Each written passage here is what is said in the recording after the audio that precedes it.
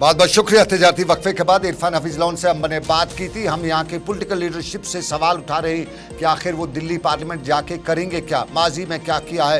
ये बहुत इंपॉर्टेंट सवाल है और अब की बार जम्मू कश्मीर की आवाम को ये समझना पड़ेगा कि जो उनकी बात पार्लियामेंट में करेगा वही जाना चाहिए, क्योंकि पानी का, बिजली का, नाली का ये तो एमएलए का काम है, ये डीडीसी मेंबर करता है, ये सरपंच करता है। पार्लियामेंट में बड़े मुद्दे उठाने हैं जिसके लिए तालीम चाहिए, जिसके लिए एजुकेशन चाहिए, अंगूठा छापनी और मसलतकार नहीं। जो कश्मीरियों के काज के लिए वहाँ लड़े, पार्लियामेंट में जाके खड़ा हुए, आवाम में नीचे उतरे और बताए कि कश्मीरियों का मसला ये है, जम्मू कश्मीर के ये मामला थे, इन पे बड़े मुद्दों पे बात करें। छोटे छोटे मुद्दे तो खुद भी हल हो जाते हैं। इतना पैकेज आता है, कहने कुछ बात नहीं है। वो ज़मीनी सतह पे अमलाया नहीं जाता है, फंड लैप्स हो जाते हैं, बजट लैप्स हो जाता है। बजट ये सारा प्रोसेस है सरकार का, लेकिन बड़े मुद्दों पे बात करनी और उसके लिए लीडरशिप चाहिए जो दिल्ली जाके लड़े।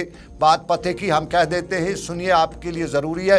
लेकिन आपको बताते चले, जम्मू कश्मीर में इंतज़ामी काउंसिल ने नई एक्साइज पॉलिसी के तहत जम्मू कश्मीर में शराब की फ़रोख्त के लिए दुकानों की नीलामी का जो ऐलान किया है, और इस ऑनलाइन नीलामी में हिस्सा लेने वाले ख्वाहिशमंदों को एक्साइज डिपार्टमेंट के नाम पर 10 लाख रुपये डिपॉजिट रखने पड़ेंगे, जिसके बाद उन्हें पासवर्ड भी फराहम किया जाएगा और ऑनलाइन नीलामी में शिरकत कर सकेंगे।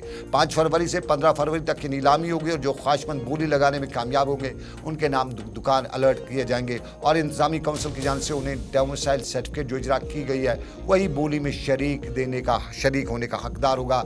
और 10 दिनों के अंदर अंदर बोली दहंदगान को सारी रकूमात अदा करनी होंगी और उन्हें 40,000 रुपये जुर्माने की सूरत में भी अदा करने पड़ सकते हैं अगर उन्होंने इस अलाटमेंट के हवाले से गलत इक़दाम उठाए।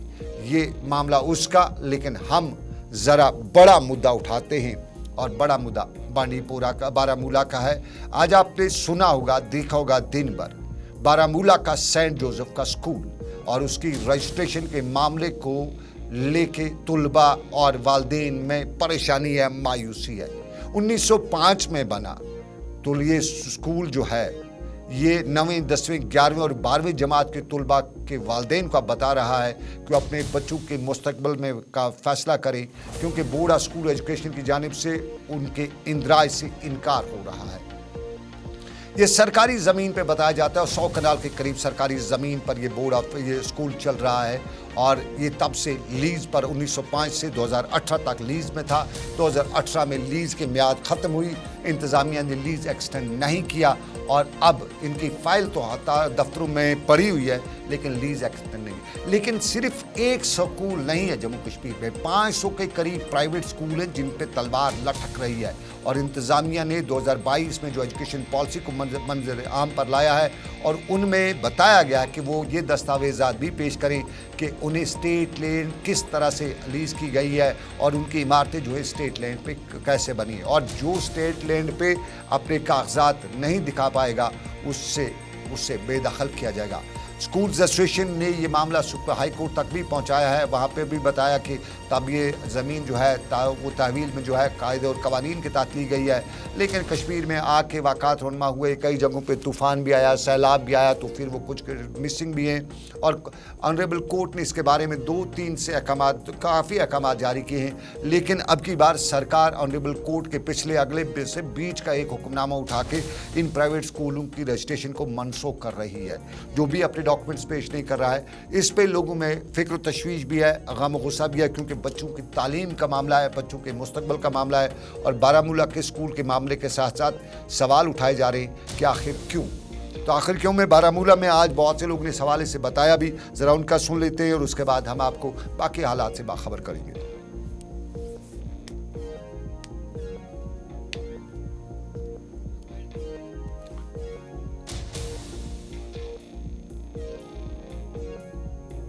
हर कोई इस वक्त हर्ट है, परेशान है, पैनिक क्रिएट हो गया है, सिविल सोसाइटी में भी एक रोष है और बच्चे जो है ऑलरेडी आप जानते हैं कि एग्ज़ाम्स का एक प्रेशर होता है, तो अब इस वक्त पर ये ज़ाहिर हो जाना कि अब उनको जो सर्टिफिकेट मिलेगी उसमें सेंट जोसेफ का नाम भी नहीं होगा, तो ये एक इंसान को जो प्रेशर है वो काफ़ी ज़्यादा माउंट हो जाता है। इस सूरत में इस प्रेशर को देखते हुए मुझे लगता है बहुत ही बदकिस्मती की बात है।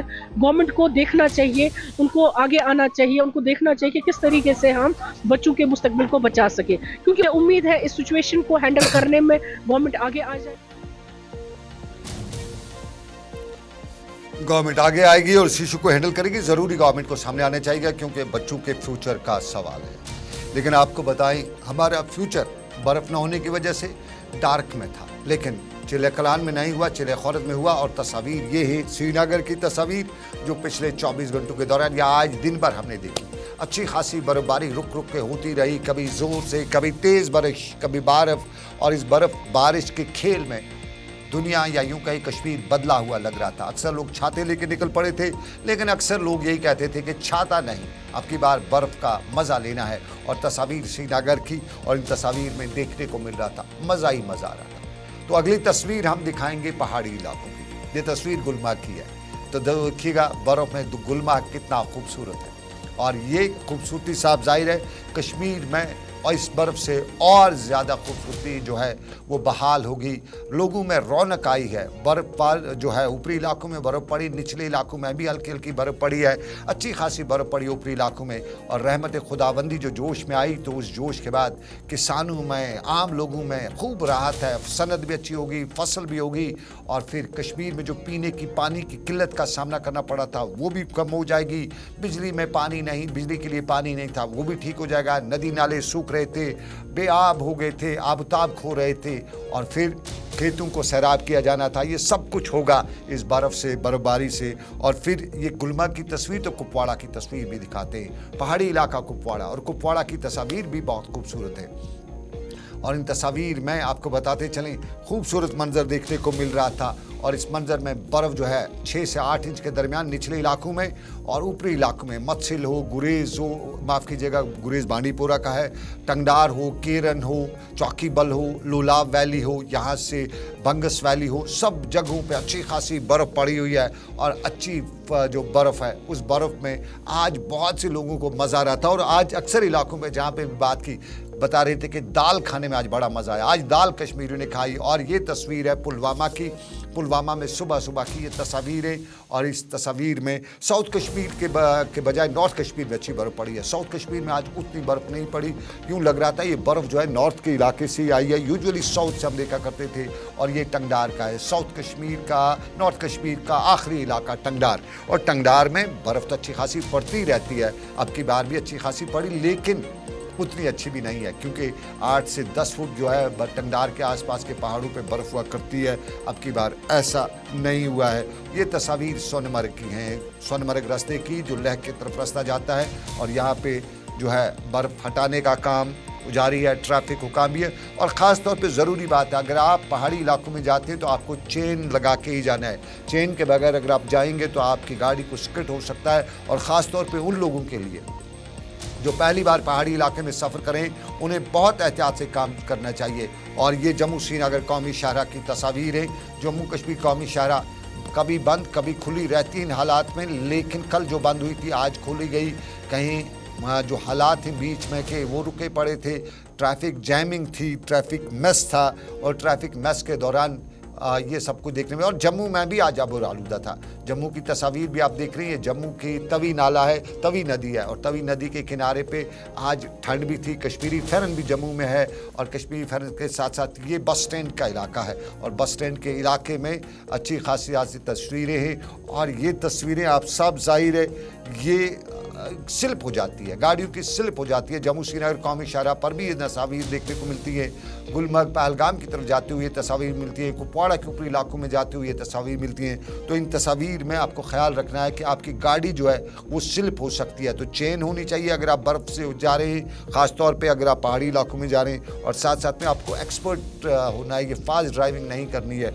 और ये ट्रैफिक जैम है जम्मू श्रीनगर कौमी शाहरा पर। अभी की तस्वीर है, हमारे साथी जम्मू श्रीनगर कौमी शाहरा पर नज़र रखे हुए, और इन तस्वीर के बीच में साफ नज़र आ रहा है कि यहाँ पे ट्रैफिक जाम है बड़े ज़ोर शोर का। तो ये तस्वीर है जम्मू श्रीनगर कौमी शाहरा की। लेकिन जम्मू श्रीनगर कौमी शाहरा के साथ साथ आपको दोबारा बताना चाहेंगे कि अलर्ट जारी है, और एवलांच अलर्ट जारी है। पहाड़ी इलाकों में लगभग 18 ज़िले जम्मू कश्मीर के वहाँ पे अलर्ट जारी है।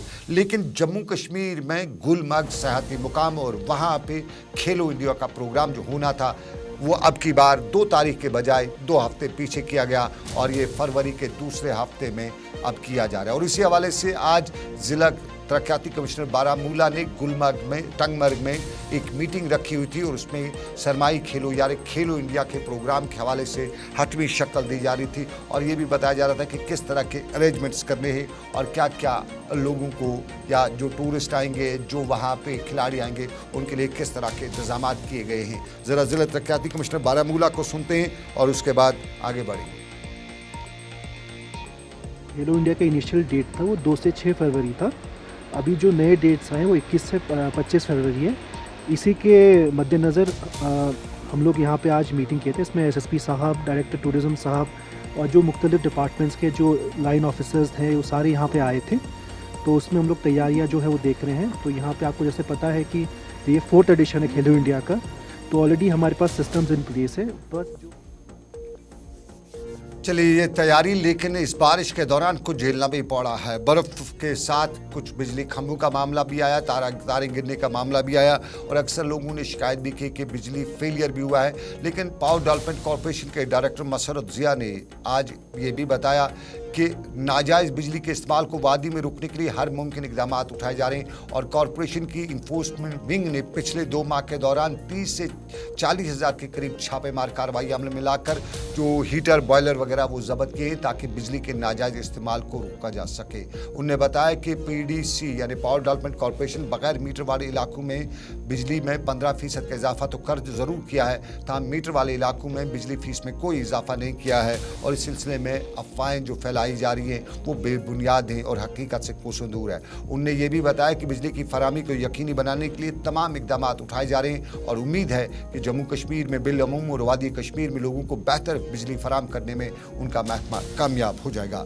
इसी दौरान दूसरी तस्वीर का रुख भी है और दूसरी तस्वीर है इस बर्फ के दौरान कई जगहों पे शिकायतें हैं कि तिबी अमले की शिकायत रही है और तिबी अमले के साथ साथ बहुत सी जगहों पे आपने देखा कल टंगडार से एयरलिफ्ट करना पड़ा, यहाँ गुलमर्ग के साथ साथ या ऊपरी इलाके बड़गाम या इधर साउथ कश्मीर के कुछ इलाकों में ऊपरी इलाकों से जो पेशेंट्स हैं उन्हें पुलिस ने चारपाई पे निचले इलाकों तक पहुँचाया। तो अक्सर जगहों पे हेल्थ इंफ्रास्ट्रक्चर वाले से बताया जा रहा था कि हेल्थ इंफ्रास्ट्रक्चर में डॉक्टर्स वगैरह अवेलेबल नहीं है। तो इसी मामले को लेकर आज डायरेक्ट हेल्थ सर्विस कश्मीर ने बताया कि हर जगह पे जो तिबी अमला मौजूद रखा गया है और स्ट्रिक्ट ऑर्डर्स जारी किए गए हैं कि कोई भी सेंटर उनका बगैर मेडिकल स्टाफ के नहीं रहेगा। Director health services doctor Mushtaq Ahmad को सुनते हैं।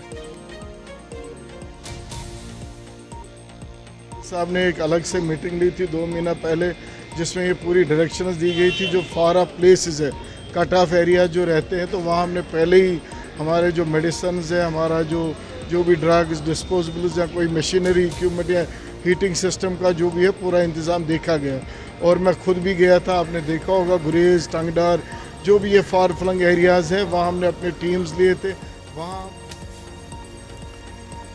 नाज़रीन आपको याद होगा कल ग्रोसू का डोडा का इलाका है, वहाँ पे मकानों में दरारें पड़ी हुई हैं। दरारें पड़ने की वजह साफ ज़ाहिर है मुकामी लोगों का इल्ज़ाम है कि जो वहाँ पे नेशनल हाईवे पे काम चल रहा है उसकी वजह से जो ब्लास्टिंग हो रही है और फिर बारिशें जो हुई उसकी वजह से उनके घरों में दरारें पड़ी हैं और बड़ी तादाद में मकानों में दरारें पड़ती हुई साफ दिखाई दे रही है, नुकसान हो सकता है। और उसी हवाले से आज हमारे साथी वसीम गत्तू ने ज़िला तरक्याती कमिश्नर से पूछा कि क्या है हकीकत और इंतजाम क्या करिए, किस तरह से वहाँ पे रेस्क्यू ऑपरेशन किया जा रहा है। तो उस हवाले से ज़िला तरक्याती कमिश्नर डोडा ने हमारे साथी वसीम गत्तू के साथ बात करते हुए यकीन दिलाया कि सभी इंतजाम जो हैं रखे गए हैं और जिस तरह से वे किया जा सके करने की कोशिश की जाएगी। ज़िला तरक्याती कमिश्नर डोडा को ज़रा सुन लेते हैं और उसके बाद हादसे की खबर आपको बताएंगे। देखिए, आपको बताना चाहूँगा कि जो ये लोग हैं जिनकी आप बात कर रहे हैं, मैं इनसे मिला भी हूँ और इसके बारे में जो पास में काम हुआ उसको स्टडी भी किया है। अब क्योंकि रेनफॉल हो रही है तो क्रैक्स बढ़ जाते हैं उससे और सिंकिंग होती है, तो मैंने एक टीम को डेप्यूट कर दिया है हेडेड बाय द ACR।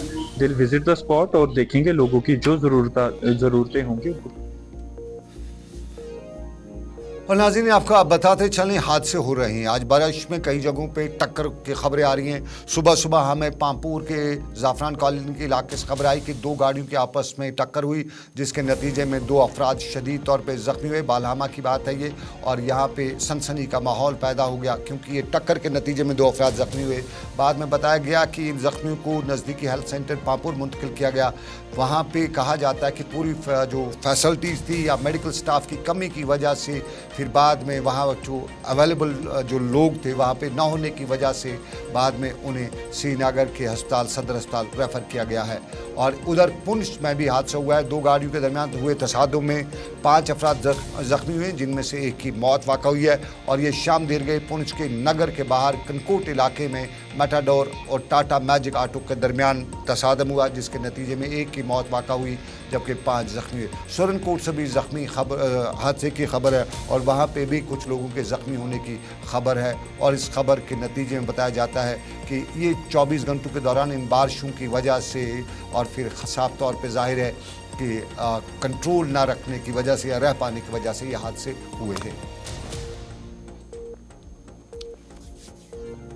तो चलिए नाज़रीन, ये था हमारा आज का अब तक से बस इतना ही। इस उम्मीद के साथ देंगे लीजिए आपसे इजाज़त, लेंगे आपसे इजाज़त कि रब कायनात की मर्ज़ी, फिर करेंगे आपसे मुलाकात। आप रखिएगा अपना ख्याल, दुआओं मुझे रखिएगा याद। अल्लाह आपका मेरा सबका निगहबान हो। अल्लाह हाफिज़।